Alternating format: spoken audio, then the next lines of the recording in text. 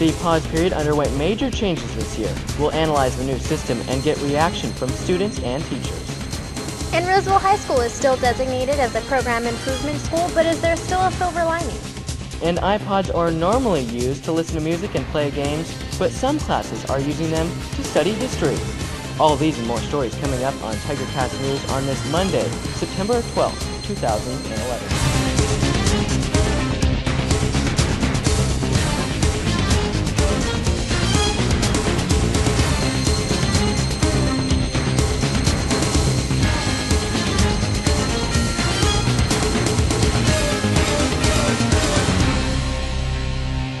Hello, I'm Daniel Wetter. And I'm Alexandra Escamilla. We start off today with the newly transformed PAWS period. Over the last few weeks, students have been adjusting to the changes to the intervention period that debuted last year. Jessica Wang has more on this story. Some of the major changes to PAWS period this year include requiring students with D's and F's to report to that class every day during PAWS for 2 weeks, establishing a 2-week cycle for students to sign up for enrichment classes, and the creation of more enrichment activities. And another change for students this year, all students are required to sign up for something, whether it be a study hall or an enrichment. And they cannot stay in their current period class unless they have a D or an F. Here's what RHS Principal Brad Basham said of these changes. Students are getting to where they're supposed to be. We've tried to put some interesting things out there. We've also have some general study halls so students can get work done, but we just don't have the wandering in the halls. And we've got consequences built in as well in terms of those who are abusing the system. There's going to be some consequences. This is very important to us. We expect students to be where they're supposed to be. And students had varying reactions to this as well. It's a half an hour. It's not really like bad. It's not like you're not learning anything. It's just you get extra help. Personally, I think that if you're in enrichment activities, like how they decide who gets in what should be determined based upon grade level and GPA. So as you guys can see, the changes have been controversial to say the least. I think that because it is new, that students haven't yet explored the possibilities. Students have a variety of opportunities to get work done. Kids who have jobs, kids who play sports, kids on the upper end, the ones who are working hard in AP classes and or any classes, and time is of the essence. They can go into a computer lab, a library. There's 4 different homework lab rooms that are quiet, studious environments. Test scores were released in late August, indicating Roseville High School is still designated as a program improvement school by the federal government. One group of students, Hispanics and Latinos, did not meet the target percentage of proficient or better on the English language arts portion of the California school exit exam, taken by sophomores each year. However, Roseville's API score surpassed 800 for the first time, being on the lower end of high-performing schools. Principal Brad Basham was happy about the results, even though RHS was still designated as a PI school. We are now in the 800 club. We have an API score of 803. We should be, yelling from the rooftops, doing cartwheels in the hallway. Because nobody ever thought Roseville High School would have an API over 800. Okay? And we have taken the school from the low 700s into the 800s. In fact, the year before I came here, it was in the 600s. And we've taken this school into the 800s at this point. The state of California has applied for a waiver from the No Child Left Behind Act, which mandates the PI status because a record amount of schools in this state have been designated as PI schools. If the waiver is granted by the federal government, Roseville High School would be taken off PI. Switching topics, students could be suspended for not having the Tdap vaccine information in by the end of the day today. Nurse Dill Edgerton says over 100 families had not yet turned in this information as of Wednesday. We have a number of families that have not provided us with the information, and the information includes either the vaccine, a medical exemption, or a personal waiver. Students that don't have that information on file with us cannot attend school or participate in school activities. In other news, RHS saw various renovations and improvements over the summer. The major renovation project being the 700 wing, which houses the science department. The building was completely gutted on the inside and was remodeled. Classrooms have increased in size and have many new technological features. And they go up and down, and we can control it that way, and lights for the board, and these are all controls where you can like I said, you can go right from the computer if I'm doing a PowerPoint. And then if I have a little snippet for a video, I just hit video and it'll come on, and then I hit computer, it'll cut that off. So there's no more plugging, turning off. New pavement could also be seen between the 900s and Moeller Gym as part of the construction. Other changes included newly painted stairs in the small gym and painted pipes throughout campus. And on to the economy.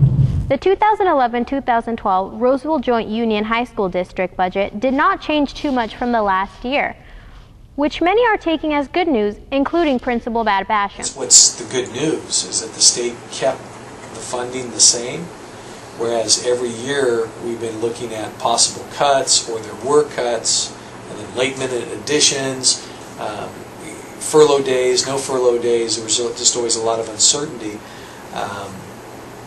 I don't anticipate any changes. We actually were able to hire early and get our schedule set early, and our staffing ratio wasn't cut. We didn't have furlough days, and so it was good news for us.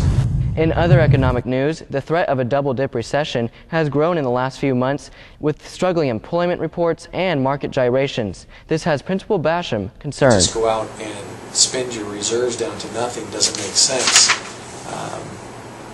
until we're much more confident in terms of a recovery. We need to continue to be frugal. And this weekend marked the 10th anniversary of the September 11th attacks staged by Al-Qaeda.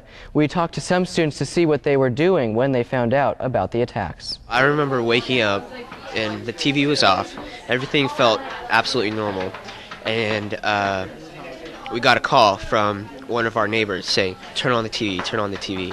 And we turn on the TV and all I see are two buildings, and one of them's on fire. And this was before the second plane had hit.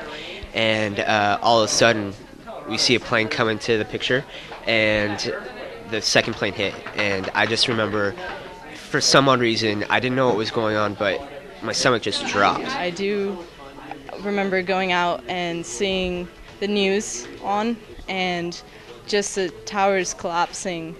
And my mom calling a lot of our family that was in New York, and my aunt, she worked in the Twin Towers, and she didn't go to work that day because she missed her train. And I can't imagine the grief that people have for losing loved ones. My brother works for Bechtel, and they were contracted to do water filtration plants in Iraq.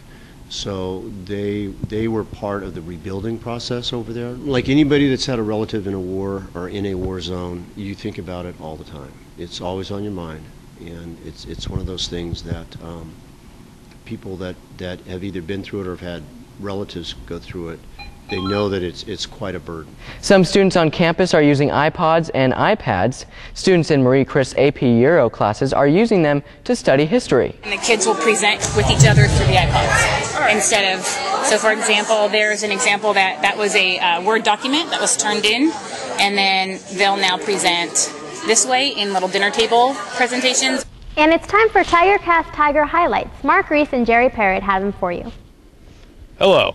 Agent Mark Reese coming to you live from the 916 with this week's Tiger Sportscast. They call me Perry. Now let's get to the important stuff, Roseville varsity football. Roseville triumphed over Rio Linda Knights with a fourth quarter surge that resulted in a 42-21 win. Pretty much Casey ran train. That's right, Perry. Lambert accounted for 267 yards and 2 touchdowns, while Cunha passed for over 172 yards, plus scrambling with a total of 70 yards. Which is no surprise with the momentum they had with a 56-21 smashing over Surgesum. Pretty impressive. In other news, Roseville's varsity volleyball team has been dominating the playing field and are currently 9-5. Our girls pulled off wins against Woodland, Red Bluff, Chavez, Los Banos, Incline, Elk Grove, Spanish Springs, Rio Americano, and Oakmont. The boys Tiger water polo played their first regular season game last Thursday against Nevada Union High School. The Tigers fought hard the whole game but fell short, losing to Nevada Union by a score of 12-11. Next, our girls' tennis team has been on fire. They defeated El Camino High School 8-1 on September 1st, Pioneer High School 8-1 on August 29th, and Yuba City High School 6-4 on August 26th. Also, our Lady Tiger golf team has competed in a tournament at Alta Sierra Golf Course. The team placed 5th out of 12 at Alta Sierra. In upcoming events, our cross-country team will have a meet at Sac State. And varsity football will hope to continue their winning streak tonight at Folsom. Scores will be promptly posted on IHaveTheTigerNewsNow.com. I'm Mark Reese signing off. Stay thirsty, my friends. Stay classy, Roseville High School. Thank you, guys. That wraps up our TigerCast today. We want to thank you for watching the TigerCast today and remind you our next TigerCast is October 3rd. Until then, I'm Daniel Weather. And I'm Alexandra Escamilla. Thank you for watching TigerCast News.